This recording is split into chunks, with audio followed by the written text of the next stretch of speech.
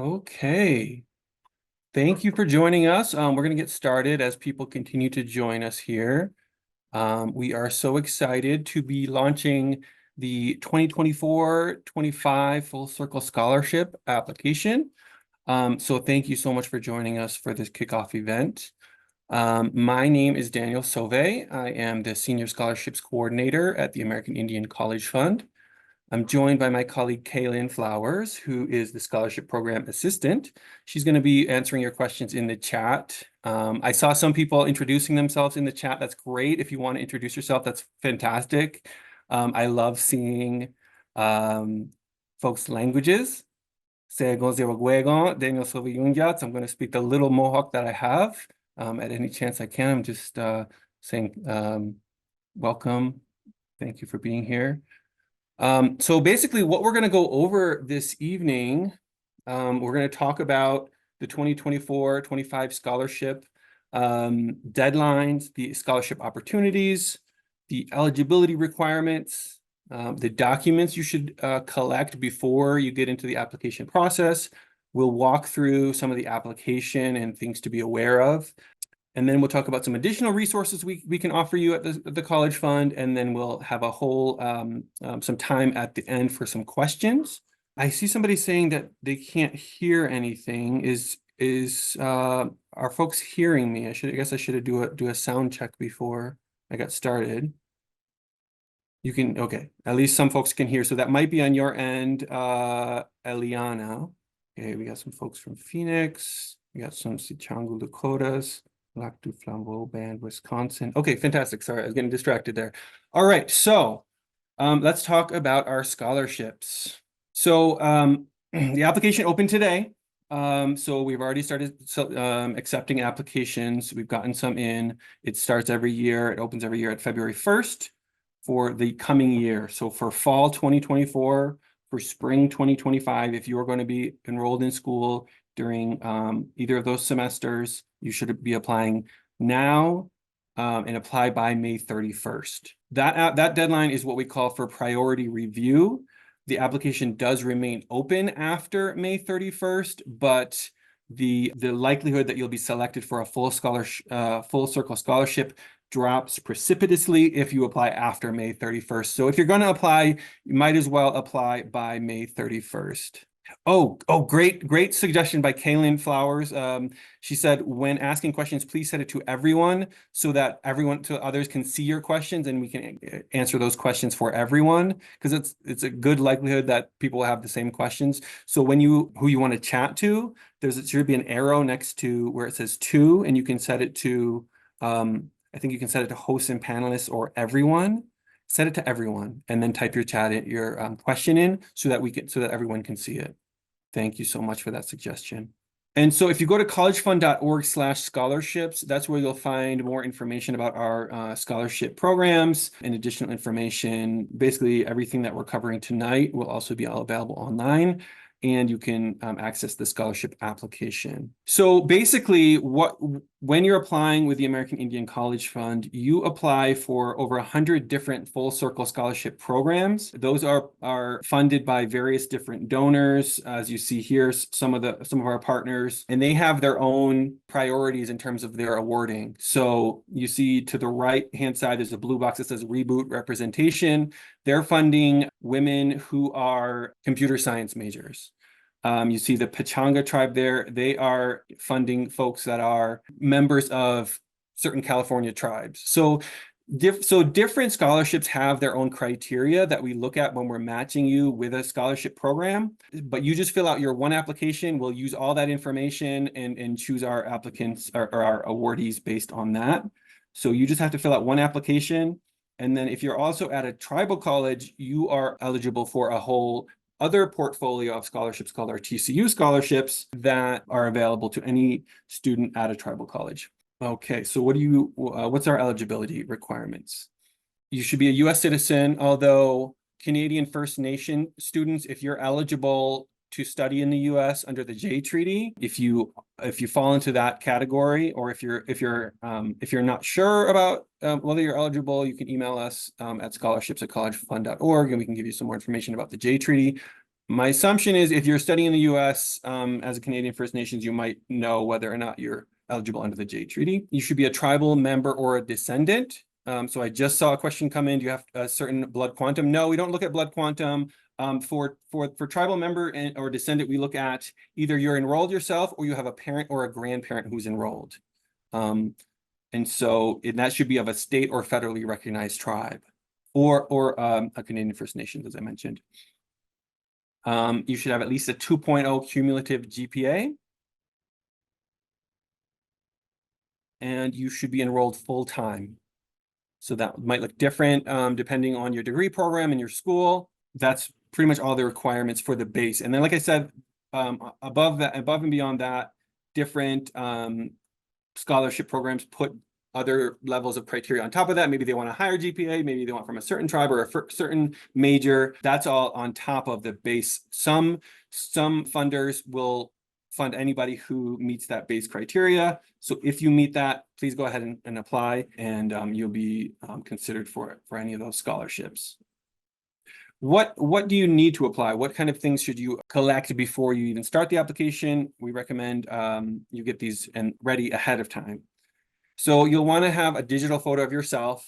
It should be a nice photo. It doesn't have to be, you don't have to hire a professional, take a headshot, but a nice photo of you without filters and graphics and all that. Digital photo just means a computer file, like a JPEG or HEIC. I know some phones have. If you take you can use a phone, that works. But just try to present yourself in a somewhat professional manner.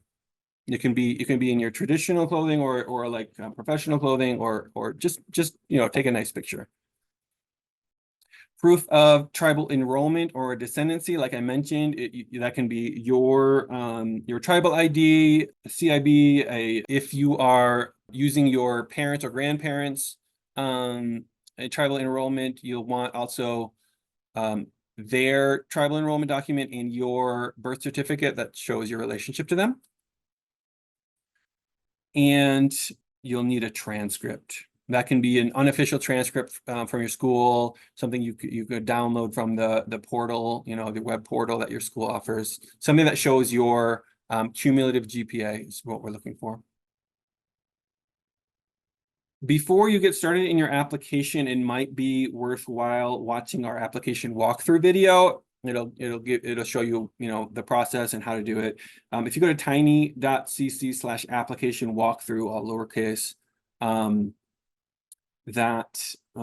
you'll find it there on YouTube, and then it's also on our website. What I think I'll do, I'll take I'm going to stop here, and I'm just going to look at some of these questions and just maybe we can answer some of them. How do you know if it is a tribal college? Actually, I was just going to pop over to our website here, and we actually have a list of the 35 tribal colleges.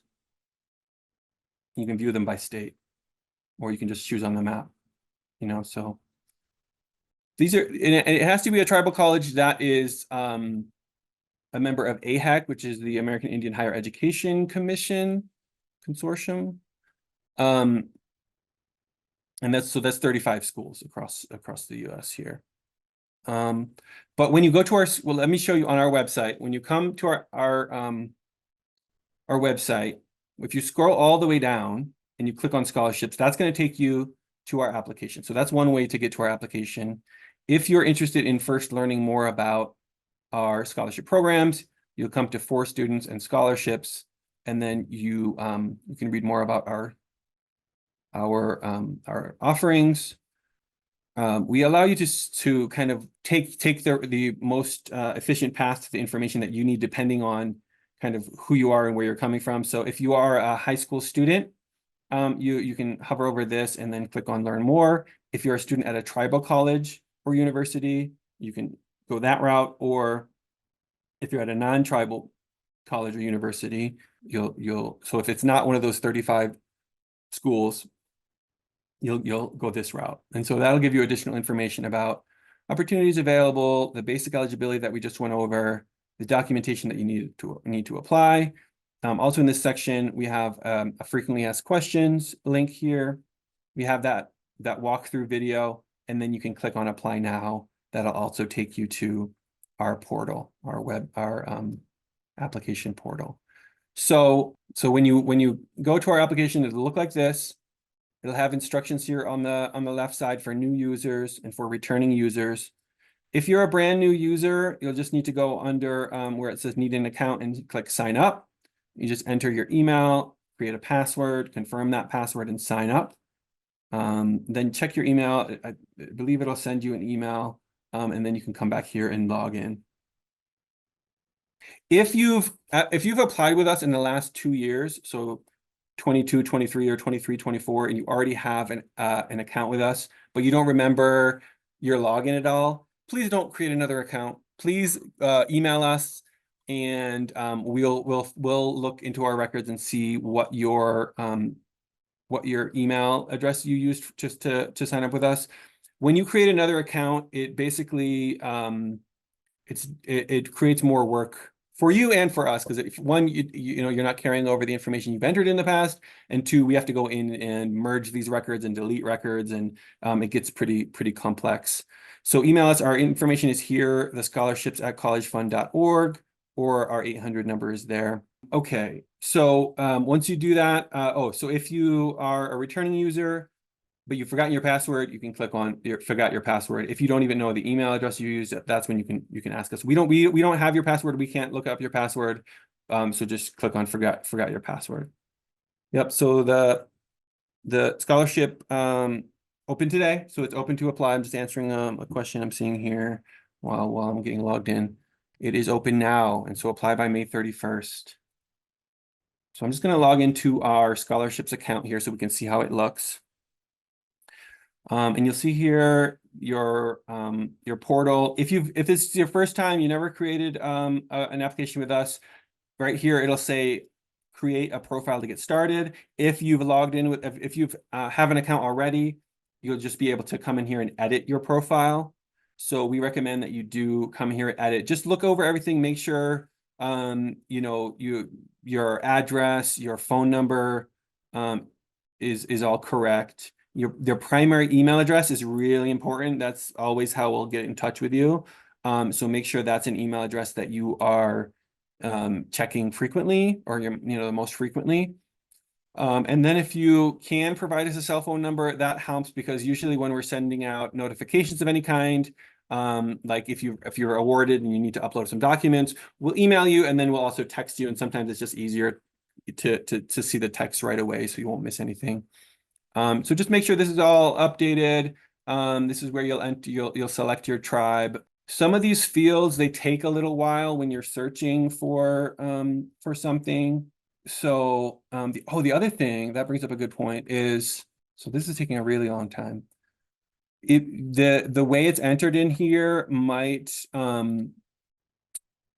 be not what you first search for. So like for me, I'm enrolled in the St. Regis Mohawk tribe. I don't know if it's ST, Saint is spelled ST Regis. It has to be an exact match. So I would search, if it's not popping up right away, try something different. Pretty much every federally recognized tribe is in here. Most state recognized tribes should be in here. There might be some that are not. So if you're not finding your tribe in here, or if it's a Canadian First Nation and it's not in here, somewhere in here, somewhere not, just select other. And like I said, it's just, for some reason this search takes a while. If it's not, then you can just if you can't find it, just select other, and it'll come up eventually. And upload your tribal enrollment doc, select your race or ethnicity, and then save that document.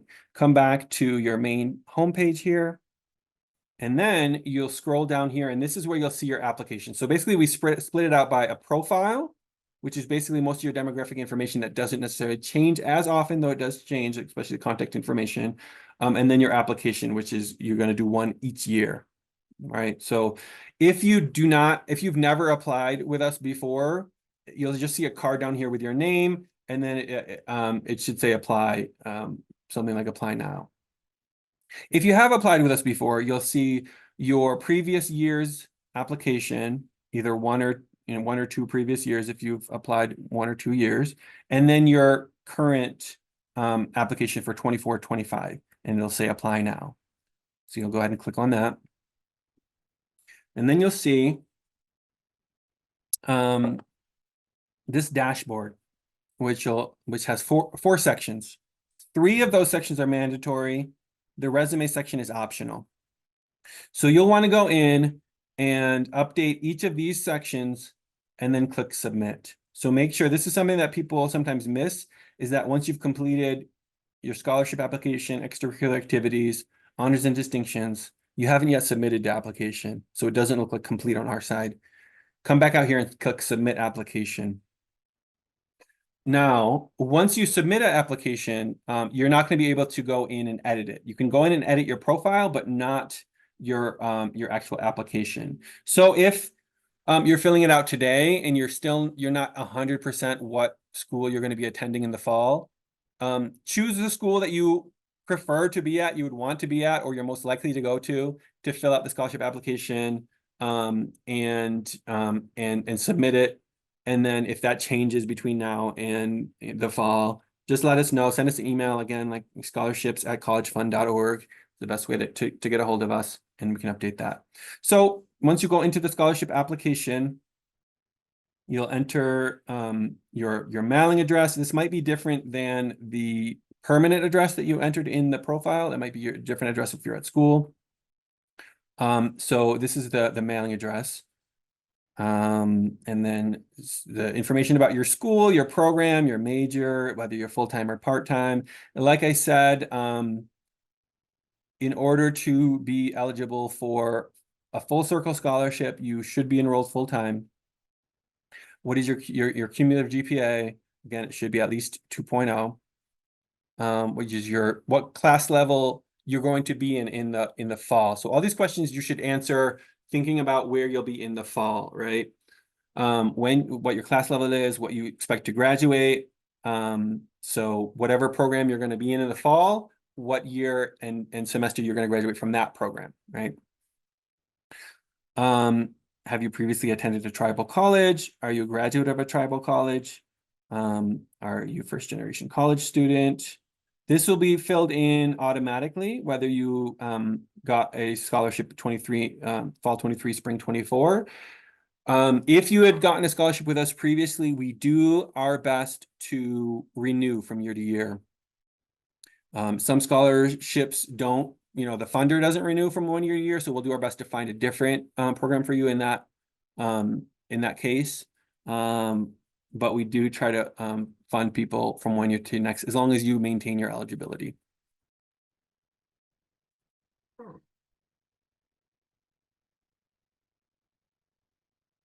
Okay, and so this next section, basically it look a little bit different depending on whether you were selected for a scholarship or not. If you were selected for a scholarship, like, so if this question here said yes instead, it would basically say, you don't necessarily need to re-edit these reflection question answers, because you were already selected last year and you're prioritized to renew. If you were not chosen for a scholarship application for a scholarship last year, we recommend you review these answers and think about how you might improve them. These 3 questions are the part of the application that make up the majority of your score. So this is really where you can make a difference. More than anything else, is these 3 questions and how you answer them. And so the 3 questions are, what challenges have you overcome to attend college? What are your educational and career goals? And how will you use your education to impact your native community / nation or Indian country more broadly? There's some help text under each of these that kind of shows you what we're looking for. We do want you to kind of express, those things that really let the reviewer get to know who you are, where you've been, what you've overcome, what your goals are, and how those things that you've done and will plan to do, how those are rooted in the values that that you've gotten from your family, your community, your people. So that's where you want to spend the most of your time, is these 3 essays. They have to be 100 words minimum, 300 words maximum. I would say from experience and looking at these things, you should be closer to that 300 words. You really want to flesh out your answer. You want to make it really as clearly answer these questions as you can and as completely as you can. I missed one question. This is a really sensitive question that is for one specific scholarship that we offer, which is for descendants, for either survivors of boarding schools or descendants of boarding school survivors. So if that applies, you would click yes, and answer the question here about your your family's experience with at a boarding school. But you can click prefer not to answer. I know, for a lot of folks, this particular question brings up a lot of family trauma and things that we want to leave it up to you whether or not you want to answer that. It's only for this one specific scholarship, and if you want to say prefer not to answer, it won't affect anything else on your scholarship application, just for that one particular scholarship opportunity. So we totally are thankful for those folks that gave us feedback that we should put a prefer not to answer option here. Because we do want to be sensitive to that's not something we take lightly, right? So that's that. I got the question. There's a couple questions about your involvement in Boys and Girls Club of America and the Armed Forces of the United States. Those are both, again, for specific scholarships. And then we ask you to write a heartfelt thank you letter to our scholarship donors. Write it. This is something that we share with them and on our reports. If you're awarded a scholarship, this is what we share with them to pass along thanks to those donors. You upload your transcript, the FAFSA information. Apparently FAFSA has changed some this year. So now it, instead of what was called an estimated family contribution, now it's called a student aid index. Then we have a link to a guide to see where to find that if you've submitted your FAFSA. If not, just click no. That won't affect your scholarship eligibility either. But if you do have it, you can enter it there. And then there's just a few a waiver here that you'll sign, and then let us know how you heard about the College Fund. That's always helpful for us to know how people come to know about us and our work. Save changes. And then you'll come back here. Then you'll enter the extracurricular activities. And you'll enter at least one, minimum one. We recommend doing more than that. Again, we want to give our application reviewers a good sense of your extracurricular activities and things that you've done in your community. The folks that review our scholarship applications, I should say, are all external to our organization. There are people in higher ed, usually in Native education in some way. Most of them are Native professionals, and they are reading these applications to get a sense of who you are. So do your best to let them know how you're involved in your community. And that can be, things that you do that are cultural activities, family activities, community activities, any hobbies, things like those. Employment. Honors and distinctions, similarly, it's similar layout. You'll click on a new item, you'll fill in the information, the type, the name, what the honors distinction was, the date you received, and then you just describe it. Okay, so let me go back. So once you've completed those 3 sections, once you've done those 3, then this button will be green, and you'll click submit, and that's when it'll come to us. All right, let me jump back into our presentation here. Okay, so this is showing you, this is how it'll look if you're a new user. You'll just see your name and it'll say apply now. Returning users will see 22, 23, 23, 24, and then you'll see the 24, 25 card. The dashboard we went over, the reflection questions, your chance to share your unique story and goals, answer the questions clearly, completely, and compellingly, focus on descriptive language, fluid ideas, and technical conventions. And then we saw that we went over those questions. Went over the scholarship for descendants of boarding school survivors. We talked about that you can't change your application once you hit that green submit button. So just email us if you need to change, particularly your school. We need to make sure you have the right school. If you're awarded a scholarship, we don't want to send it to the wrong place.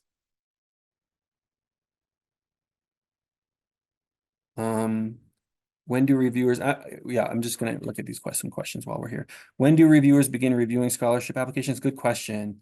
In the past, it has been after 5/31. I think we're going to start even maybe sooner, just because we're expecting a lot of applications, and so they'll start reviewing. I'm not 100% sure when we're going to get them started, but yeah, they'll probably be started reviewing, and then just as things are submitted.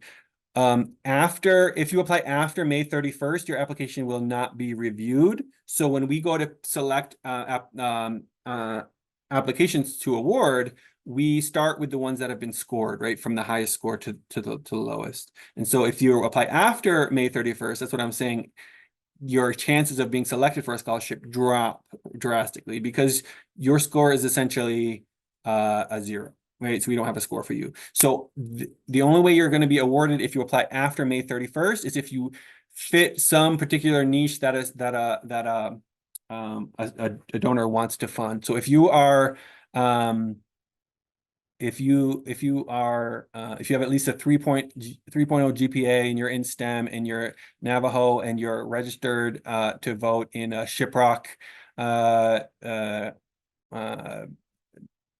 agency, there's a particular scholarship for you if you're at a TCU. It's just like there are certain things that there are some very particular scholarships that you might still apply for if you apply after May 31st, but I wouldn't go that route, because that sounds like my daughter. Hey, she might have a scholarship opportunity. Have her apply.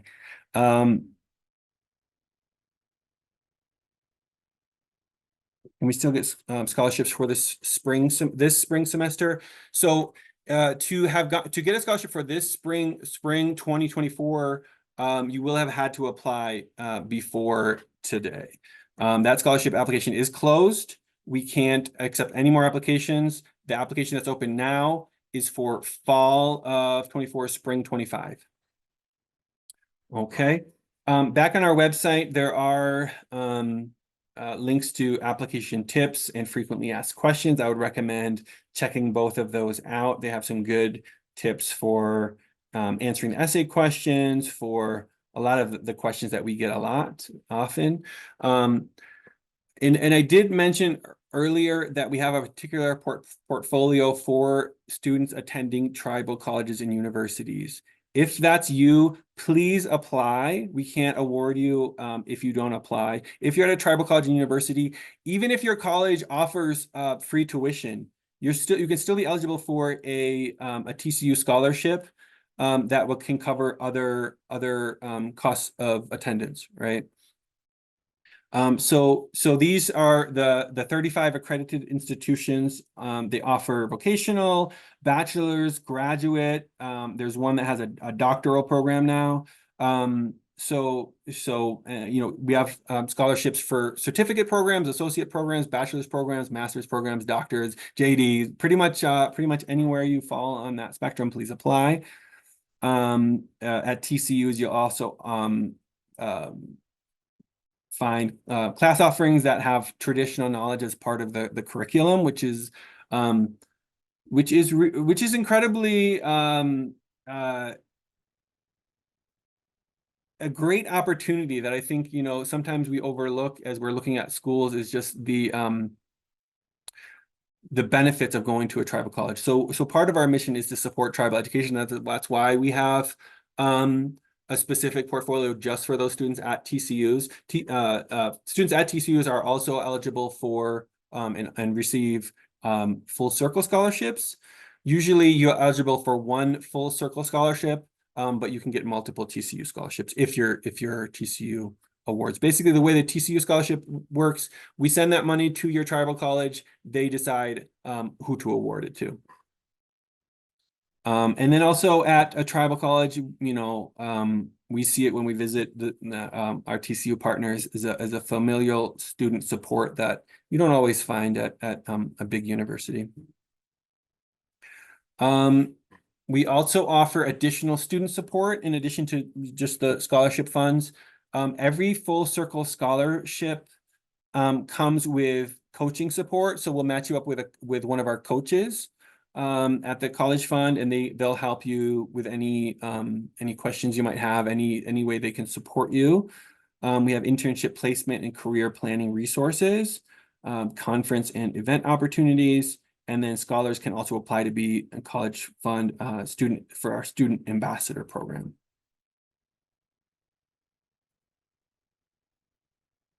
And so on our website, I think if you go to our website and go to collegefund.org/CRE, that's all the college, the career readiness resources we have, including this Focus 2 education and career assessment, the Connect platform where you can connect with folks that are in your field or in the field that you want to be in, professionals, other students. You can look at jobs there. And then we have another page for those students who are maybe just looking to enter college and they're sure how to choose a school. You'll see our Native Pathways guidebook there. We also have a guidebook that goes through all the tribal colleges and tells you about those. So yes, let's see.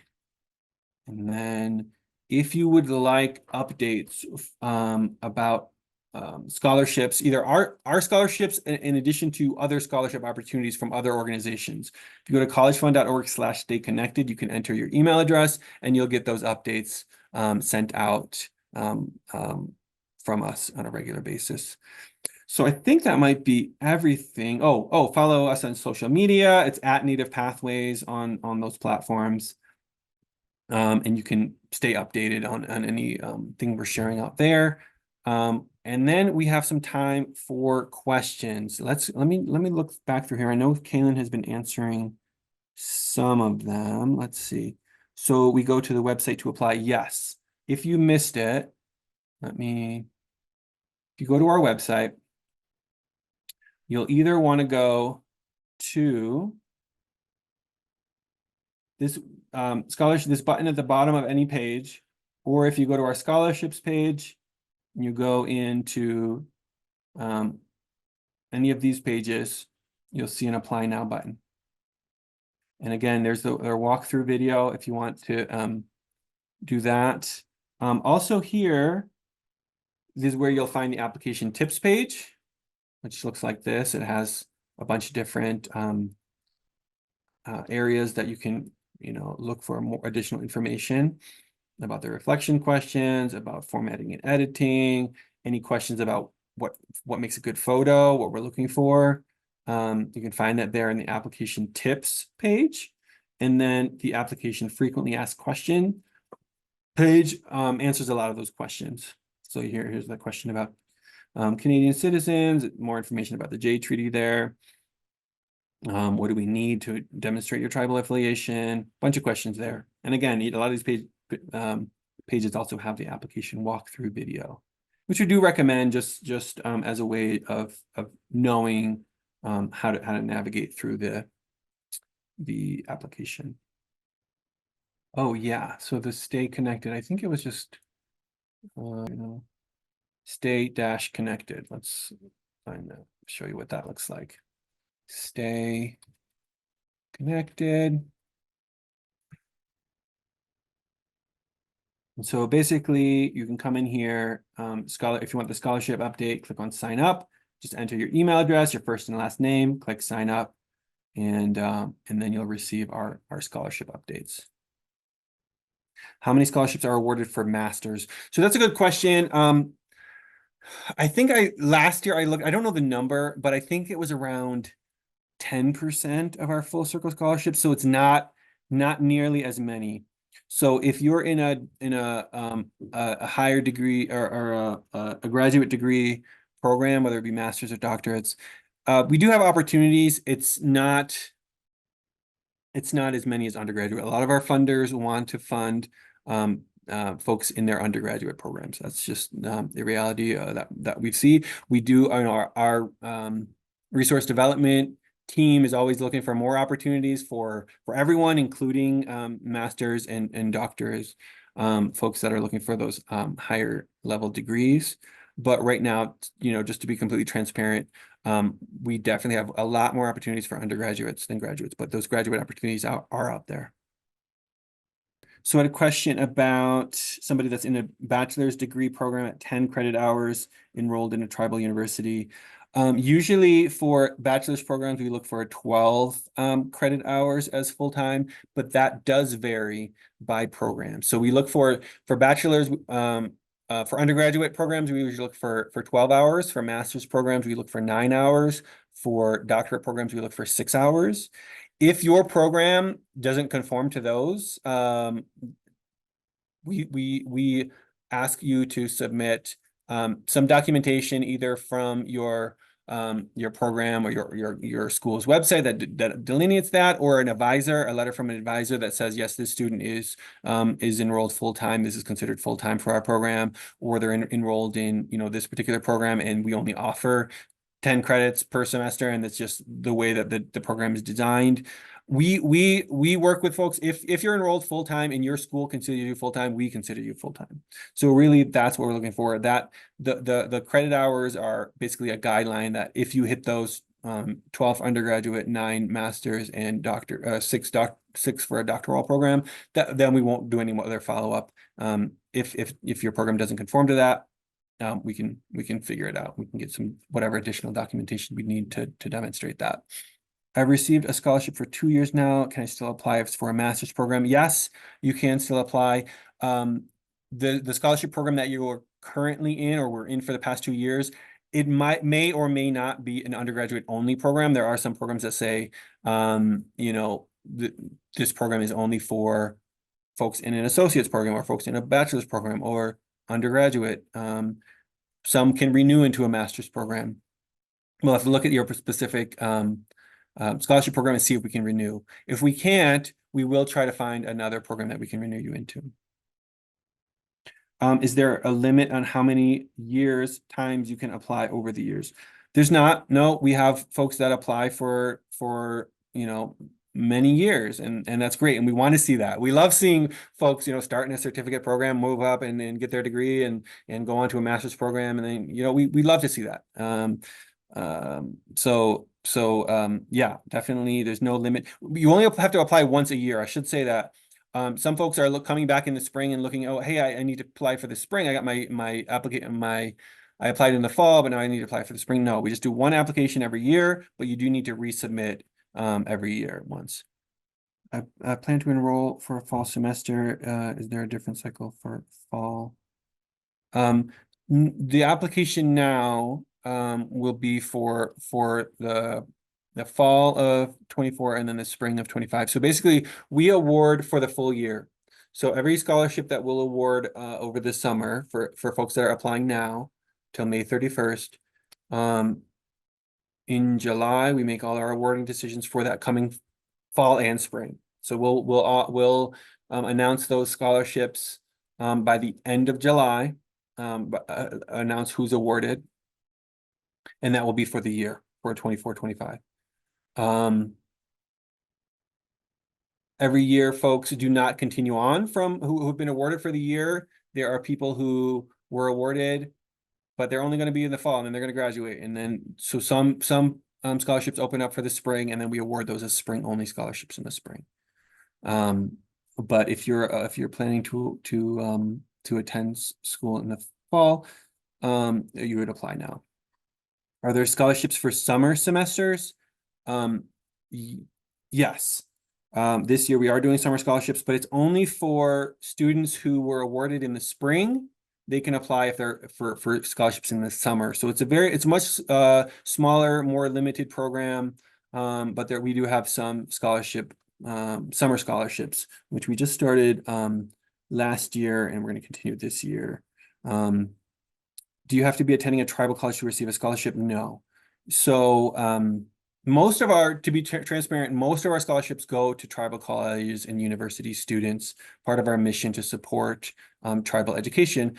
But the Full Circle program, the Full Circle Scholarship Program is open to Native students at mainstream schools, mainstream meaning not tribal colleges across the country. They do have to be schools within the US, or if you're doing an exchange program, it has to be through a US based institution where we can send your financial aid, your scholarship. In my tribal program, I have 5 high school seniors this year. Awesome. Who are either enrolled tribal members, descendants, or and some community members. For students who do not have a tribal ID, would a letter from the tribal nation claiming the student as a descendant from the tribe count? Yes. Yes. So tribal, a letter, if we get a letter from a tribal nation, we can use that if, you know, saying that this student, this person is enrolled, here's their enrollment number, or they're not enrolled, but their parent such and such is enrolled. That works, but it has to show that they're either a child or a grandchild. So if it just says, you know, I've seen some that just say, you know, they're a descendant of an enrolled member, it has to specify you know, who the enrolled member is, how they're related. So yeah, that's what we're looking for. And Kaylin just shared a link there about how to demonstrate that tribal affiliation. But a letter from a tribe is another thing if you don't have a tribal ID. If you have a letter from your tribe, that also works.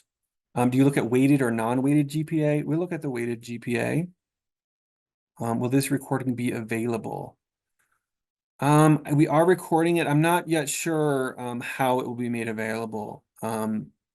So if you would like it, follow up with an email to scholarships@collegefund.org, and we'll make sure to get it to you. What is the percentage of scholarships awarded to non-tribal schools?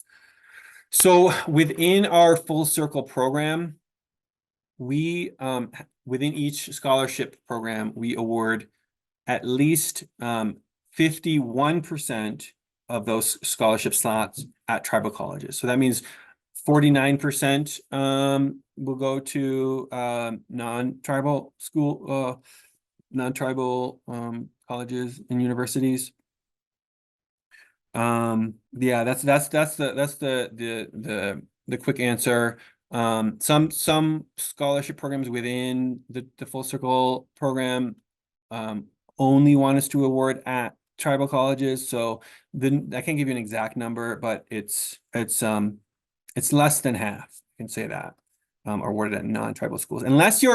If you are a graduate of a TCU attending a non-tribal college and university, you still count in that 51% of tribal college students. We still consider you a tribal college student even after you've graduated from your TCU and you go on to the university or whatever school you attend after that.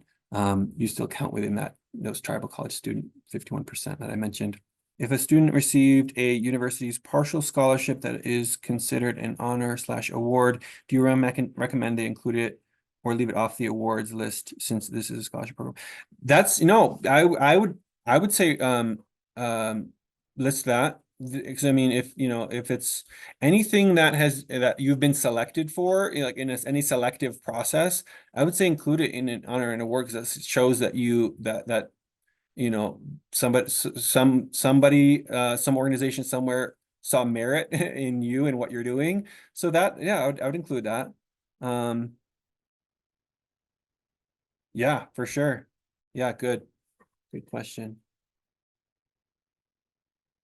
And remember, if you can, as you're asking your questions, select to everyone in that chat box, to everyone, so everyone can see your questions. If you don't mind, if you don't want to be associated with your name, I guess you can do hosts and panelists, and then we'll just see that. Did I see your questions? Jenna, I didn't see your questions. Let me just, like I said, I might have to scroll back up. We got a lot of questions in here. No, Promise asks if they have to stay the whole time. No. No, please. If you have class to get to, please get to class. No, this is completely optional. We definitely appreciate you logging in, but there's no obligation to stay for the whole time. No. If you've gotten information, you can find more information on our website. Please don't feel obligated to stay if you have other obligations. Do we apply like we've been accepted to the institution, like to the school? Yeah. If you have not yet been accepted to the school that you want to apply or to attend, you can still list that school as the school you'll be attending for the fall. And then if that changes and you don't get accepted to the one school, but you decide to go to a different school, just let us know. We'll update that. Dancing at powwows, going to a ceremony, are those considered activities? Absolutely. So yeah, we want, part of the criteria that folks are looking for is your involvement in your community, and specifically in cultural activities, any kind of ceremony, things like those. We want to see that. If you are even, some people don't think about the things that they do for their family, elder care, child care. Those are responsibilities that you've taken on that are important and that are necessary in our communities, right? Please put those. A lot of our society might devalue those. We value those things, those contributions to your family and your community. So please include those things.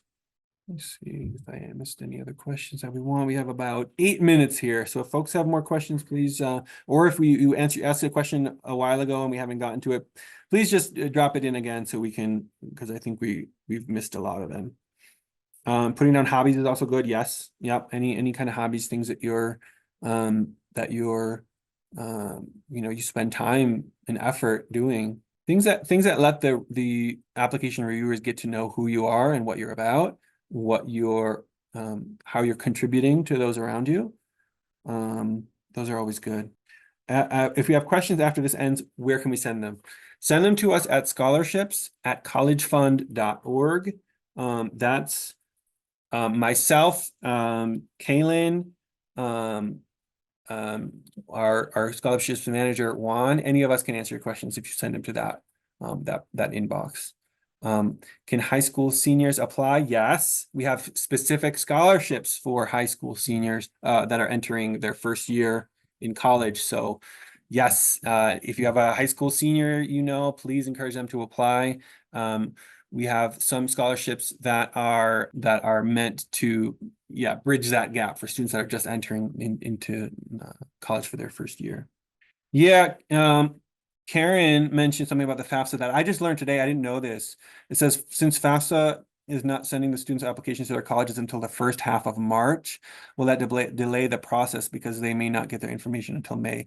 It won't delay our process. We don't really consider, so I mentioned there's a place on the application where you can enter that FAFSA information. We don't require that or consider that in our application decision or in our awarding decisions. It might delay, if it delays you in deciding which school you go to, that might have an effect on your eligibility. Like, there are some scholarships that want to fund students like going to school in a certain state or at certain institutions. Those aren't the most common, but we do have those. So as soon as you can, nail down where you're going to attend, that's the only delay I can think of. But on our end, we have the same timeline as we always had. We're going to start reviewing the scholarships as soon as we can, probably here in May, and probably in May, I think. Like I said, we haven't decided yet exactly what time that's going to start. But then in July, we'll make all those awarding decisions. You'll know by end of July if you have a scholarship with the American Indian College Fund or not. And as Kaylin mentioned there, all of our scholarships are merit-based. We don't do any needs-based scholarships. So that FAFSA information we ask for is mainly for research and for us to kind of track our scholars and where they fall in that once you become a scholar, do you have to do other things during the school year to keep the scholarship? I feel like Jenna has some great questions. That's great. Yeah, so you will have some activities to complete with your coach. I mentioned every single Full Circle Scholar has a coach. You're paired up with a coach, and they'll give you, usually it's a survey and like a few other activities, webinar, a meet and greet. It depends on the scholarship. You'll have more or fewer responsibilities, but there are some things that we ask you to do in order to maintain your scholarship from one semester to the next. This past going from fall to spring, there were, a good number of students who never engaged with their coach. Unfortunately, they're not going to continue on to the spring with their scholarship. So we do encourage you to stay in touch with your coach just to maintain that eligibility from one semester to the next. You'll also if your scholarship has a certain GPA requirement, you need to maintain that. We check that before we send it out in the fall and then again in the spring. So just make sure you're on top of that. Basically how it works. 3 more minutes here if we have any lingering last minute questions. I'm also just going to put my personal or my direct work email here in case anyone wants to get in touch with me directly. But most questions, I would say it's going to be best answered if you email us at scholarships@collegefund.org. How are you notified of the award? So end of July, we're going to send out an email to everyone letting you know whether you were awarded or not. So that's why I stress that you want to put the email address that you're going to check. Don't put some spam email account that you never check as your email address in your application. That's the main way we communicate with you. All right. Thanks, everyone. Yep. So any other questions, reach out to us, scholarships@collegefund.org. Thank you so much for joining us and for sticking around until the end here. Really appreciate it. Yeah. Any questions, let us know, and we are here for you. Elizabeth, I'm not sure yet where this recording is going to end up. If you want it to review, send us an email at scholarships@collegefund.org. I'll grab a recording of it and share it with you. I'm just not sure at this point where it's going to end up. It should end up on our YouTube channel. Oh yeah? Oh, well, then our YouTube channel. Look, find American Indian College Fund on YouTube and can review it there. All right, everyone, thank you so much. Really appreciate it. And we will talk to you soon.